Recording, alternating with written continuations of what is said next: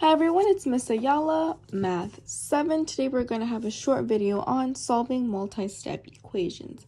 And today we will be having 3 boxes. So before we begin, we need to go over one word.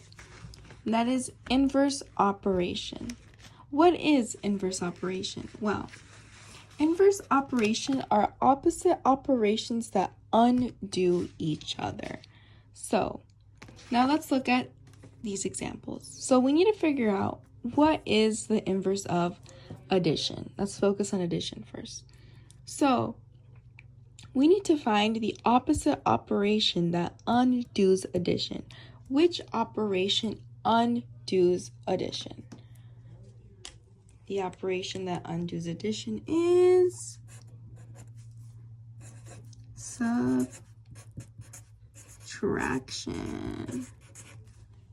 Now, what is the inverse operation of division? So which operation undoes division?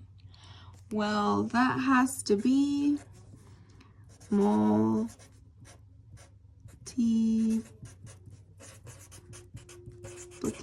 There you go, multiplication. Now, it's your job to figure out what is the inverse operation of multiplication? Okay, let's see. The inverse operation of multiplication is division. And now try to figure out what is the inverse operation of subtraction. The inverse operation of subtraction is addition. So as you can see, there's a pattern here. Addition and subtraction both undo each other, and multiplication and division undo each other as well. Box number 2. And in box number 2, we're actually going to do some solving. So let's look at number 1. Here we have 3x plus 4 equals to negative 11. So what we're going to do is the inverse operation of plus 4. What is the inverse operation of plus 4? The inverse operation of plus 4 is minus 4. So we have 11 minus 4, which is negative 15. We bring down 3x. And here we have, what's the inverse operation of 3 times x?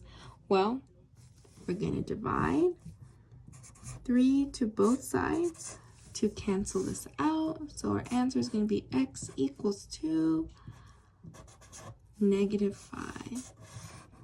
So now we have to check our answer. In order to check our answer, we're going to need our answer and our original equation. So we're going to rewrite our equation, but instead of writing x, we're going to be writing our answer. So we're going to put those in parentheses, negative 5 plus 4 equals to negative 11. So we're just going to solve as usual. So 3 times negative 5 is negative 15. Negative 15, bring down the 4, bring down the negative 11. Now negative 15 plus 4 is negative 11, if you remember our integer rules. And then, as you can see, they're both negative 11 on both sides, and that's how you know that we did that correct. Now let's look over this problem. So here we have 8 equals to x minus 5 over 7. So in order to get rid of the 7, we need to multiply it to both sides because we're doing the inverse operation. So these two cancel out. 7 times 8 is 56. And we'll bring down the rest. We have x minus 5. Now we need to do the inverse operation of negative 5 because remember, we want to isolate the x. So we're going to add 5 to both sides.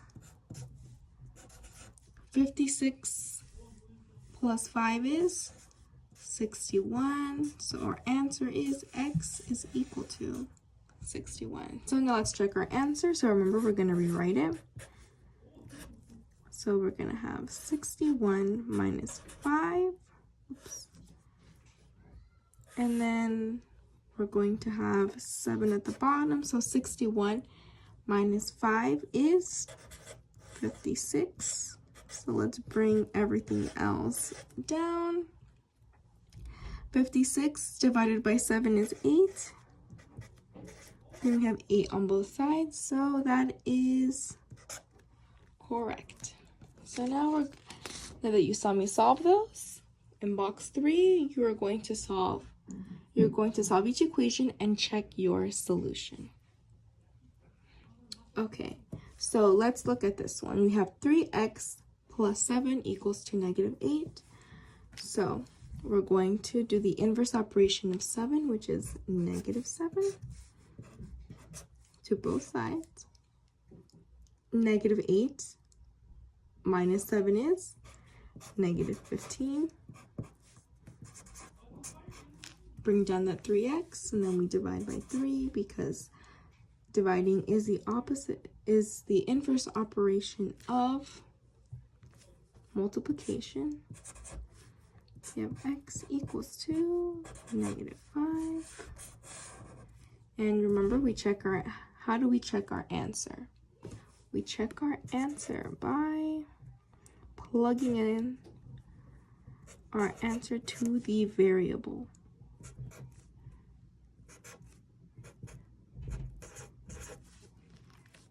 So negative 5 times 3 is negative 15, plus 7 equals to negative 8. So negative 15 plus 7 is negative 8.